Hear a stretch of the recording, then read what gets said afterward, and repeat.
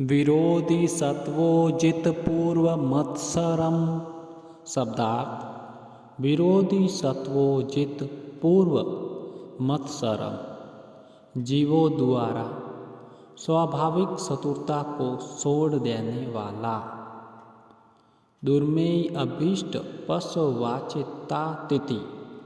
शब्दार्थ: अभीष्ट पशुवाचिता तिथि यानी इच्छित फलों से अतिथियों का सत्कार करने वाला।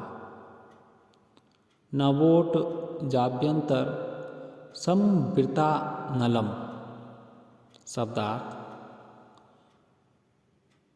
नवोट जाभ्यंतर समवृता नलम, नई पर्णशालाओं में अग्नि संचित करने वाला।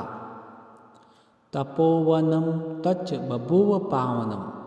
शब्दार्थ: तपोवनम यानी आश्रम, तत् यानी वह, च यानी और, बभू यानी हो गया, पावन यानी पवित्र।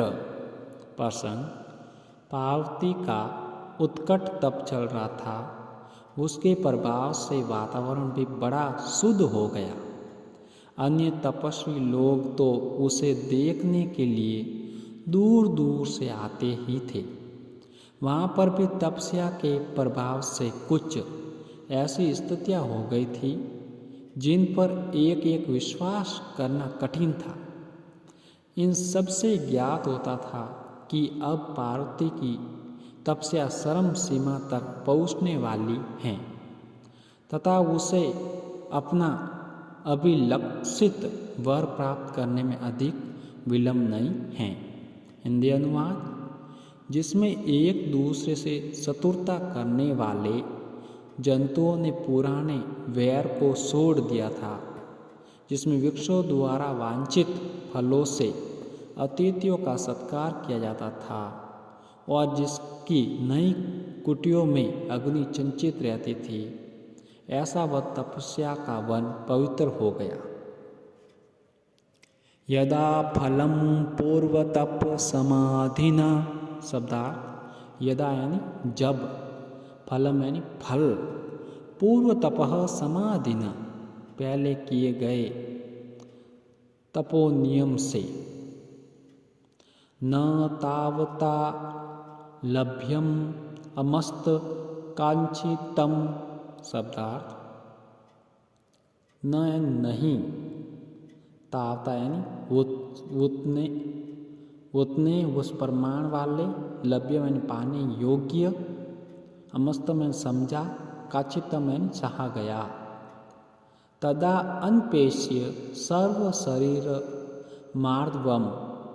शब्दार्थ: तदा यानी तब, अनपेक्ष्य नहीं देखकर, सर्व शरीर मार्दवम अपने शरीर की कोमलता को, तपो महत चा सरितुम परशकर्मे।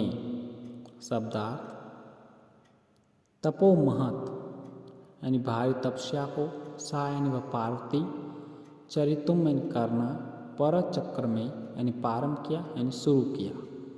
प्रश्न: पार्वती शिव को पति रूप में प्राप्त करना चाहती हैं। इसके लिए वह वन में जाकर तपस्या करना शुरू करती हैं। मुनियों के समान आचरण करके वह एक अग्रसित से कठोर तप प्रारंभ कर देती हैं। वहाँ का वातावरण भी पवित्र हो जाता है। अन्य लोगों को उसका आचरण इतना प्रभावित करता है कि वे उसके दर्शन करने के लिए भी आते हैं। पार्वती के तप के प्रभाव से बुच्च वन के हिंसक पशुओं में भी स्वाभाविक वैरभाव छोड़ने की प्रवृत्ति भी आ जाती है। इतना सब कुछ होते हुए भी पार्वती का मनोरथ पूरा नहीं हो पाता और वह समझती हैं कि मेरी साधना में कोई कमी रह गई है। इसीलिए इस पद्य में बताया गया कि उस पार्वती ने अब और भी कठिन तप करने का निश्चय किया। हिंदी अनुवाद: जब उस पार्वती ने सोचा कि पहले की अब तक की हुई तपस्या से चाहा हुआ फल प्राप्त होने वाला नहीं, तब उसने अपनी शरीर की कोमलता का विचार न कर अधिक कठोर तप करना शुरू किया।